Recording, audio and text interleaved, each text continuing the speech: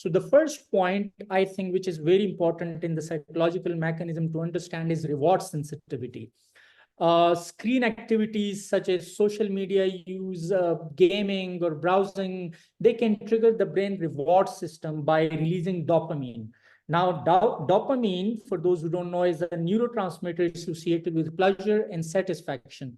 So this process can reinforce screen use as a desirable activity, leading to repeated behavior despite potential negative consequences, and compulsive use of screen of social media usage. So the first psychological mechanism which underlies the screen addiction is the reward sensitivity, the release of dopamine with the use of screen.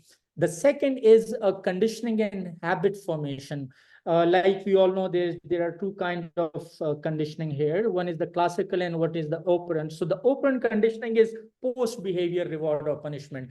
For example, through operant condition, where the use of screens is associated with positive reinforcement. For example, receiving likes on the social media.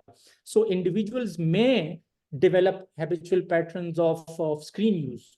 Over time, these habits can become hard to break, even when the individual recognizes the negative impacts on their lives. So the second underlying mechanism, psychological mechanism of is this conditioning or the habit formation of screen use because of the likes or because of the rewards, because of the dopamine that we receive in our brain. And there's another psychological mechanism which is called escapism and coping. For some individuals, excessive screen use serves as a way to escape from stress, anxiety, or depression.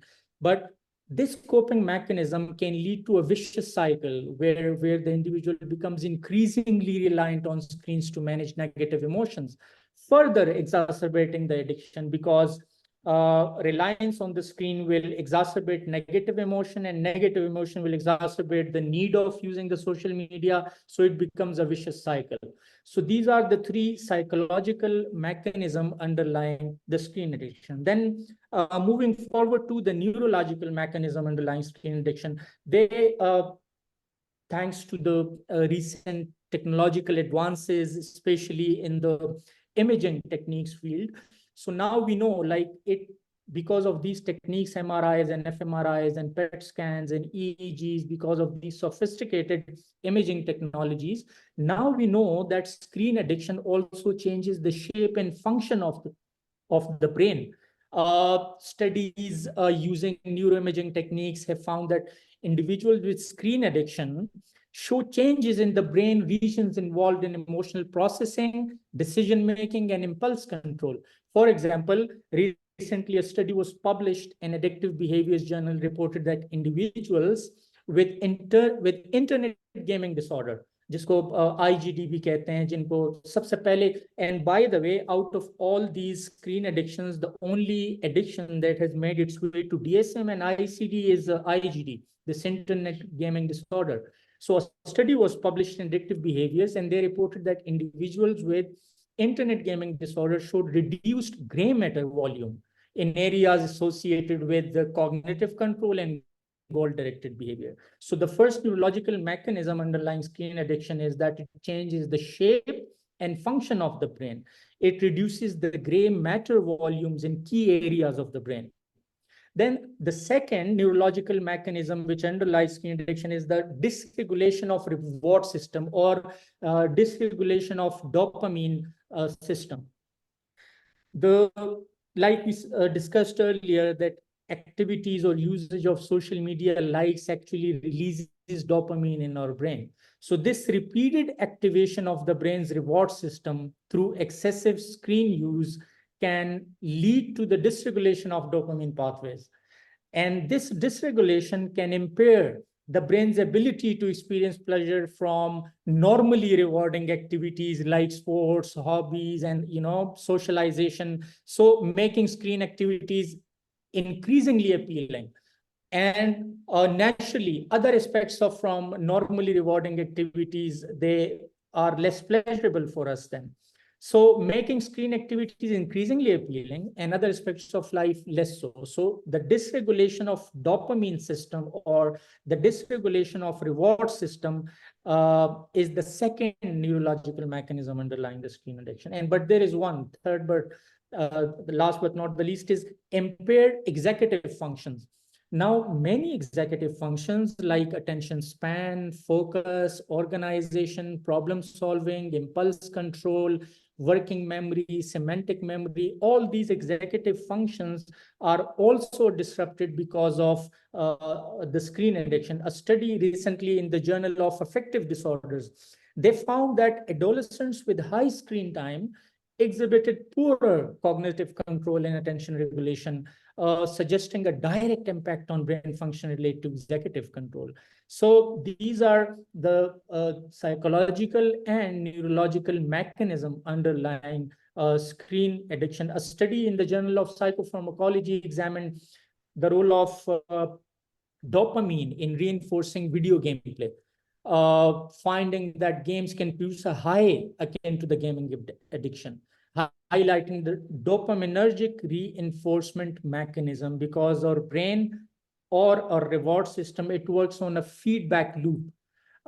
Things that we enjoy or we find pleasure in, the brain reinforces those behaviors to feel that joy and pleasure again. Hence, it becomes a repeated activity, and then it becomes a compulsion in spite of its negative consequences.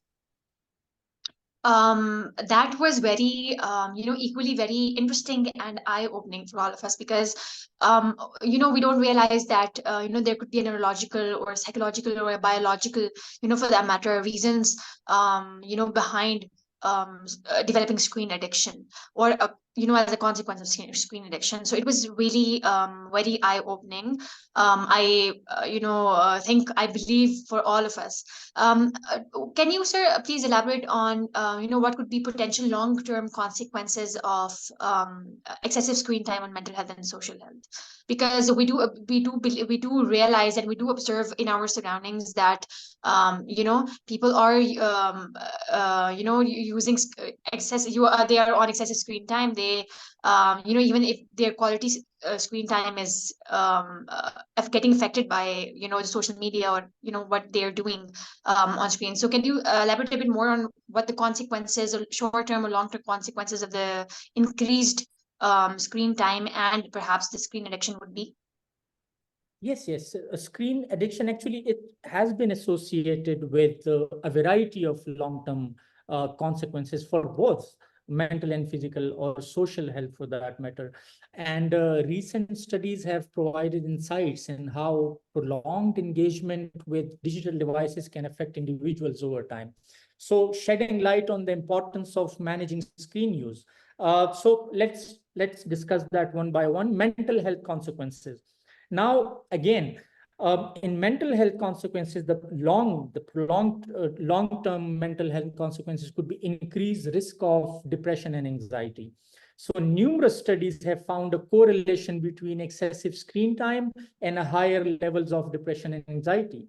For example, a longitudinal study published in the Journal of Normal Psychology found that adolescents who spend more time on screens were significantly more likely to report symptoms of depression and anxiety over time. So one mental health consequence is that increased risk of depression and anxiety. Then the second, what they found was impaired sleep quality. Now, excessive use of screens or screen addiction, especially before bedtime, can disrupt sleep patterns, leading to insomnia or poor sleep quality. A study again in the Journal of Sleep Research highlighted that screen time is associated with delayed sleep onset, reduced sleep duration, and poorer sleep quality, contributing to overall mental health decline. As we all know that quality sleep is so important for mental health functioning. So this was another consequence of mental health consequence of the screen addiction. Then again, like we talked about executive skills before, so it also reduced attention span and cognitive function. Prolonged screen use has been implicated in reduced attention spans and impaired cognitive function. Another research that was published in Neuropsychologia reported that high levels of screen time were associated with poorer performance on attention and executive function tasks in children and adolescents. It reduced the attention span, and it also reduced the laser focus of those individuals who were in study for that. So these are the mental health consequences. Then there are social health consequences. Social isolation and loneliness. I often tell people that, in spite that because of the social media and smartphones, we are in contact with the entire world. लेकिन घर में छोटे-छोटे जजीरे बन गए हैं. Everybody is living on those their own islands. So the first impact of social health consequences is this social isolation and loneliness. While digital devices can facilitate social connections, like I mentioned, excessive screen time can lead to social isolation and feelings and feeling of loneliness. As individuals may substitute online interaction for face-to-face interaction or face-to-face relationship.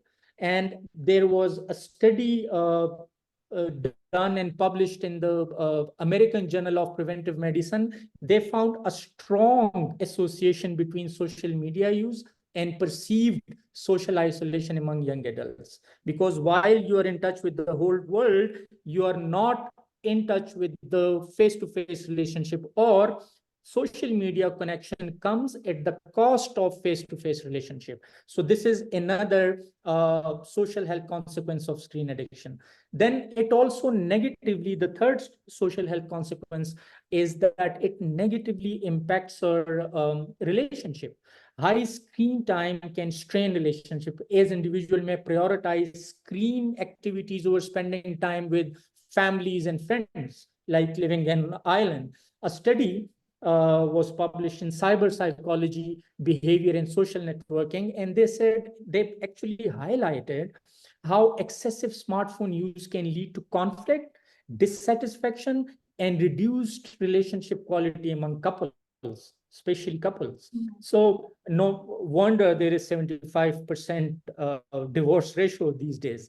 So these studies actually underscores the complex ways in which excessive screen time can affect mental and social health over the long term.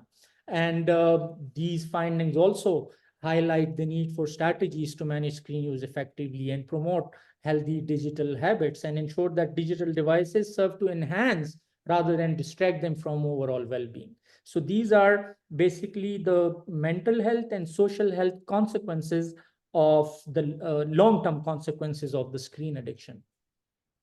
Thank you so much, sir, for sharing that with us. That was very detailed, and I think now we can safely say, based on the research evidences, that not only screen addiction or screen, quality, less quality screen time or leading to a screen addiction, perhaps could lead to or consequently have detrimental effects on your psychological, social, behavioral, or physical health. Because as we talked, short term effects may online addiction can have effects on a person's even physical health, like they can have back pains or neck pains, or they can have some vision problems as well. As for the behavioral symptoms, they can get into like unfinished tasks. They could forget about the responsibilities, and it can have a lot of different effects even on your physical health as well.